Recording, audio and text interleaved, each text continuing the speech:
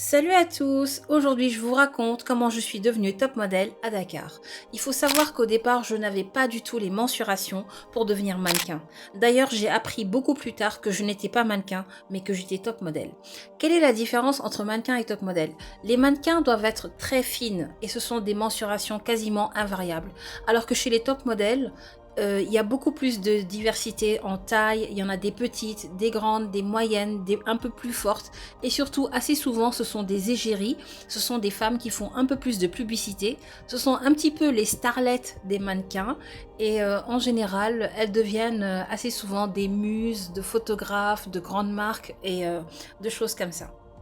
J'ai mis du temps à savoir que j'étais top modèle et c'est les autres qui me l'ont dit. Alors au départ, je tenais un blog sur la mode en fait, j'avais du temps donc je faisais ça, j'écrivais des articles sur les mannequins, sur le milieu de la mode à Dakar et un jour un photographe a proposé de m'offrir une séance de photos et c'est ce qui m'a propulsée. Il y a eu un défilé où on m'a sélectionné à la dernière minute, je n'étais pas prévue. Ils ont dû élargir les robes car comme vous le savez, je suis ceinture noire de karaté donc je suis arrivée avec une carrure très sportive, j'étais très costaud donc il fallait élargir les vêtements pour que je rentre dedans.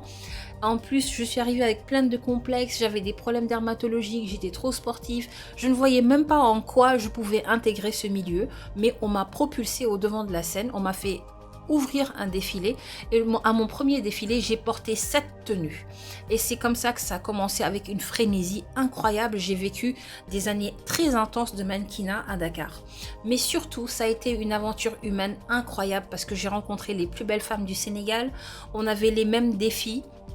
Celui déjà aussi de rester mince parce que dans le milieu de la mode il faut rester mince. Je suis passée par toutes les étapes, j'ai été végétarienne, après je suis revenue à une alimentation normale, je mangeais 5 cuillères de riz par jour, autant dire que quand on est mannequin on ne mange pas beaucoup.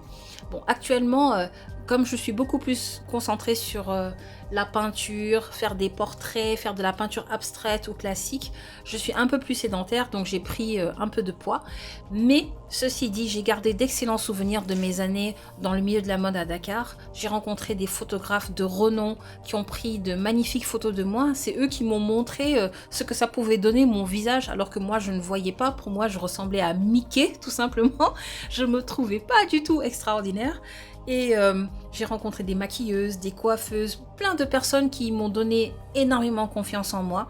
Et j'ai pas compris, c'était vraiment inattendu que je sois demandée à ce point-là. J'étais un mannequin très demandé. Donc voilà. Ça m'a ramenée aussi dans un milieu très féminin parce que je venais du milieu du sport et quand vous savez quand on est sportive on porte souvent des pantalons, des baskets, des casquettes, des choses comme ça et dans le milieu de la mode c'était tout l'inverse, c'était des robes très glamour, des coiffures très féminines qui font très dame et je garde d'excellents souvenirs de tout ça, ça m'a apporté quelque chose dans ma vie de femme.